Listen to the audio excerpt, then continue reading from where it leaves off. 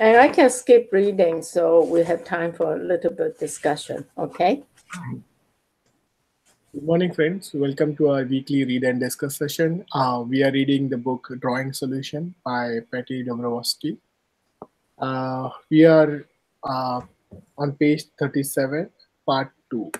The mapping process. Current reality becomes desired new reality. So we have an image which says you, current reality, desired new reality, and kind of map three arrows, three bold steps that we need to take, and the action plan for that. Current reality, accessing your life. On the previous page is a template for a snapshot of a big picture process. You can use this or the quick guide to mapping in section 4, which follows the sequence as we go along. You can also download the template free on my website at www.upyourcreativegenius.com/snapshot template. Earmark or pull the template out of your book as it will be easier for you to work with. I suggest you clear out a space on your desk or table so you have plenty of room and remove any distractions. You will also want some colored pencils or pens. Don't let finding the perfect workstation or supplies distract you from getting started. Dig up a box of crayons or a couple of highlighters for the places where I asked you to color. This entire mapping process, current desired bold step, will take anywhere from 45 minutes to 90 minutes to complete depending upon your space. Exercise. Draw your current reality. First things first, write your name in the center in that center cloud at the top of the map. Then color all around your name with your favorite color. For those of you groaning at the fact that I asked you to color, there is a brain effect. When you draw with color, you actually send a message to the critical left side of your brain to relax and on your right side to activate and be open. In this exercise, you can choose to examine a singular aspect of your life that you want to adjust. Or you can use this map to get an overview of the bigger picture of how things are going in your life. By creating a visual record of the big picture with both words and images, you can easily pinpoint the things you need to change right now. Once you have decided which aspect of your life to focus on, it's the time to access what it looks and feels like to be you at this moment. All of this should be captured on the reality side of your map. Reflect on where you are in this moment, what's going well in your world, as well as what is currently challenging you. Be completely honest. Don't waste your time trying to take yourself out of your feelings about parts of your life that aren't working for you. Even if you have no idea about what to do to change these things, include them as your map strategies for getting from here to there will come later. Your goal in the first part of this exercise is to capture the essence of your thoughts and feelings using single words. Scatter your words around the current reality side of the page any way you like. However, it is important not to make neat lists or impose any kind of order in the words you write. This breaks up the patterning your left hemisphere naturally reverts to when you create a list. Your left side of the brain loves routine, so your job is to signal that you are embarking on a new way of doing things. By emphasizing this, which is what you do when you scatter your words randomly, you speed up your ability to access new ideas, thoughts, and feelings. Be sure to keep your writing small enough that you have room to add images in the next part of this exercise. You have to condense your thoughts or feelings into simple words or concepts so you don't run out of room. For example, instead of writing I am feeling stuck, just write stuck. Here are some of the questions to help you. What does it feel like to be living my life right now? Examples of words others have used to answer this question include confused, bored, love my work but not my boss, in a dead end job, etc. What am I doing now, or what have I been doing until now? This is where you come up with a specific description of not only what you actually do or did, for example, say at home, stay at home mom, along with the associated tasks such as manage household, run the PTA, etc. What are my finances look like right now? How much money am I making? Am I satisfied with my income? Be sure to capture specific qualities and characteristics of how you feel: happy, disappointed, worried, scared, satisfied, excited, elated, or depressed. What is the state of my relationship? How do I feel I have the love and support I need from my partner, spouse, family, and friends? What is the state of my spiritual life? Does my spiritual practice or life have a place in my daily life? Does it meet my needs for meaning in my life? What is the state of my health? Am I happy with physical body, or do I feel I need to make changes? Am I getting enough exercise, enough sleep? Am I eating the kind of foods that I know are good for me? I'll stop here. Do you want to go next, Wendy? Write a word or short phrase to describe the qualities and characteristics of your current reality. Keep in mind that you are creating a snapshot of your life at this moment. Let it all out. Whatever you are experiencing right now, good and bad. Then, when your pens have come to a standstill, take a step back and look over the current reality of you. Is anything missing? Now, add some images. Pick different pictures of different aspects: current reality, bored, cash flow, great family, challenging. By drawing images to go with the words, you are integrating both sides of your brain. The quality of what you draw is not important. Your drawings, no matter what they look like, are communicating a powerful message to the right side of your brain. This is the side we need to activate. This sets you up to move on to the second part of this process, creating a desired new reality. In the appendix, you will find a few image ideas if you get stuck.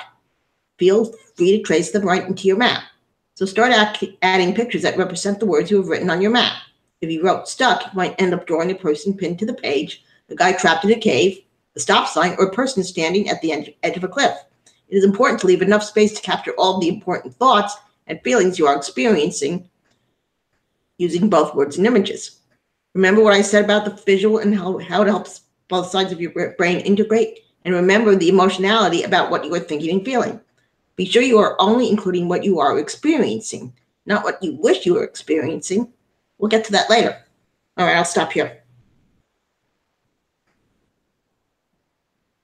Do you want to go next, Julie? Or you can discuss either. Yeah, let's we have about quite a bit of time. Let's discuss. How's that? All right. Do you want to go first, Wendy? That's what I did is I have that. I did it based on Maslow's hierarchy of needs, and I put the most. And they say to put the most basic needs at the bottom. Like for me, it's exercising and eating right. Mm-hmm. And then next is being with other people and socializing and going to different events. In this case, going to different events. And then the next one up is all the reading and studying that I've been doing. And then the fourth one is just fun stuff. Mm-hmm. Going to, I like to play games on the computer and watch sports on TV and stuff like that. So that's how I've broken it down. Okay, that's it. So for me, yeah, I have. I'll definitely. I think I should do this current reality 3 bold steps to get back to reality. I'll take a printout and do it myself, uh, like this week, probably, so that I can next week we can discuss. Um, um, I like this concept, but where I am confused is, desired new reality. Like I still want it to be real, so I don't know how. I'm like, I'll have to think about it, because I'm one of the part of my thing is I'm really contented person. Like I'm very much satisfied with everything. So But yeah, I still have like somehow I don't have very very strong desire, like say very strong desire to earn money. Let's say like what I've seen, like some people really have. Although I feel like okay, I need this, I need that, but so after some time that my desire dies down. Let's say typical example is like if I see a very nice bungalow or something like I have our friend's house which is really really nice, that finger oh I should have that big mansion or kind of house I need, but after 1 or 2 days I'm okay, no I'm good kind of feeling comes inside. So I'll have to think about what are new realities. But I still think like the other part which I kind of think is like public speaking and communication is what I think is where I feel insecure or kind of where I think I should, I would love to be the person who does good talking skills, communicating, plus general outspoken, not outspoken. I don't. It's a basically just more uh, great at communication or presentation, that kind of thing. Although it's not. I mean, it's very good to have skills also, and I would like to be that kind of person someday. So that's where I think my like the desired reality are more kind of soft side of skills rather than some different. So those are the things I have. The other thing is I always have in mind like I want to do some kind of meditation or some kind of I want to get that experience what people who do regular meditation or those monks or Buddhist monks say or yogis say, or whoever does those kind of meditation. I want to get that feeling and see how it is. Although I have I mean, I just want to experience that what they experience. Maybe it's the calmness of mind, or maybe something very different. So something on that front. But I am. It's. I know it's really. It takes a long time. It's very hard, and it's more about practice and practicing for years to achieve that or to get that feeling. But it's just my innate desire to have what it's because it's still a feeling, right? Just like we angry, love, it's kind of emotion only. So I'm very curious to feel that feeling when you are like kind of not I say awakened, which is like maybe way too high, but at least on that lines of have that feeling. So that's where my thoughts end. Yeah. So that's it from my side. Oh, okay. I thought I was muted. um, well, thank you. Thank you, both of you. Yeah, I was a psych major, so I don't have much recall, but I'm a little familiar with Maslow's hierarchy of needs. Um, so thank you, Wendy, for that. It's interesting for me that you put fun and games on the top. Well, they did put the most basic at the bottom, so that's why. Right, right. But you guys did this exercise last time? What's that? You did this exercise last time? The drawing of the 3 bold steps? Or is it? I always now I always did vision work, and I think I shared some of my Google stuff with you. Mhm. But I don't think I was following the book. I think it was just using whatever comes up. I'm kind of more at this stage, whatever comes up. Yeah. But I like the idea of 3 action steps, because some people believe that once you put the vision board up, that it's going to magically happen. I kind of believe that if you work on it, it's more powerful, right? Yeah, so I similarly have this feeling of need for spirituality, as you know. Mm-hmm. And I'm not motivated by money either, but I am motivated by I guess it's similar to public speaking, which is to express myself, to discover who I am. Yeah. kind of thing, and then to express that fully. Um, so I like my current life. I mean, I'm retired. But I have no financial concerns, so I can understand where you're at too. Um, and it's hard to be motivated by money, right? Right. Um, so one of the things I do is find out what my core values are. Mm. So clearly, my core values include my relationship with my family, Mhm. both, with my husband, my son, and my family of origin and my in-laws. Right, that I consider my family. So sometimes I look at that and see what I would like more. So that's one way I kind of look at my visions over years. And then, of course, you sound much more at ease and peaceful than I am. Things happen in my life and I react to it. And that's another source for me to do these vision diagrams. And in terms of spirituality, I think you're doing great. It's not for me to judge, so I can only say in my experiences, I think you're doing great. I feel very at ease with you, and that's a kind of spirituality.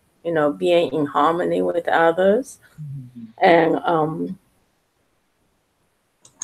I would just say that if you're meditating 5 minutes a day, that's a great start.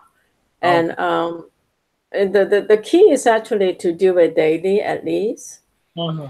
and Routine. then morning and night before you sleep. And I think those are the key. 5 minutes, 5 minutes a day is better than half an hour a week. I see. And Maybe um, today. and then breathing is so important. I think that if you just focus on breathing and relaxation, and not Yeah. even worry about thinking or no thinking. And then I know you already have deep core values and spiritual beliefs, and Mhm. that will surface and that will guide you into um, your deeper spiritual path, right? Yes. Whatever that is. Mhm. But there's in Buddhism, and I'm sure there's other people like other archetypes. There's a guy called Vimalakirti. Mhm. He reached great levels of enlightenment. He became like essentially a Buddha, but all Ah, the time he was working. oh, You know, really? yeah, and that's a ancient archetype. But Mhm. Suzuki Roshi, who is the founder of San Francisco Zen Center, which is the biggest Buddhist group in America, Soto, SOTO. Uh-huh. He wrote in his book, The Zen Mind, Beginner's Mind. He Mhm. thinks that in Japan, in the old days, there's a separation. Mhm. There's the priest and the spiritual professionals, and then there's the lay. And he Mhm. thinks that in America, it's the beginning of a hybrid. Lay Yeah, people are doing far more spiritual work than the old lay people. And then the spiritual people, many of them have lay practices, I see. um, have lay lifestyles. And I think you're already a part of that stream because you're contented, you're not ambitious, you're not selfish, you want to do good for your family, you want to be who you are, you're curious about the spiritual path. So to me, you're already that. So if meditation is an interesting path for you, then Mhm. 5 minutes a day. Yeah, I think that okay. Yeah, sounds good. Yeah, I don't know. I mean, I'm no teacher. I'm just, Don't, even but if I'm teacher, yeah, I'm yeah. No, sharing. really, I like your advice all the time, Julie. Like you, whatever. Yeah, you have some like I don't know some kind of uh, wisdom in you already. Like when you talk, yeah, somehow I Oh, like thank you. I okay that appreciate that. for me. Thank Yeah, you. yeah, definitely. Yeah, I don't know how long it will take, but I'll do that 5 minutes meditation like in the morning and the evening part. I always have that in mind. In So the good thing is Salesforce has this meditation rooms also, and where Oh, play meditation music. They are kind of much into mindfulness and all. So I last week or something I went like for 10 minutes, 15 minutes, I went into that room and did like what we did, like the meditation. I felt really good. And it's the room is at like a 18th or 19th floor where you can see the Bellevue whole downtown. Ooh. Really wonderful. So I think it's good way for me to just go sneak in like in the morning 5 minutes and in the evening 5 minutes. It's just that in the morning is very hard because you already know what, oh, I'm going at work and I have XYZ pending stuff on Right, my hand, right. and very become difficult. But I think in the evening it makes more, the yeah, you are at the end of the day and you know like okay, now you're Yeah, done work kind of stuff. yeah, great. Well, good luck. Let me know. Email me. Sure. Let me know when you want to sit. If I'm available, I'll sit with you. Awesome. Although not when you go to bed, because that's really late. I be Yeah, asleep. yeah. Wow. Okay. So I think Yeah. we're good. Yeah. Okay. So this is perfect timing. Can we? It's 10:35. So Okay. thank you so much, everybody. Thanks a lot. See you, everyone. Yep. Thanks, Atu, for moderating. See you Okay. next week. See you next week. Yeah.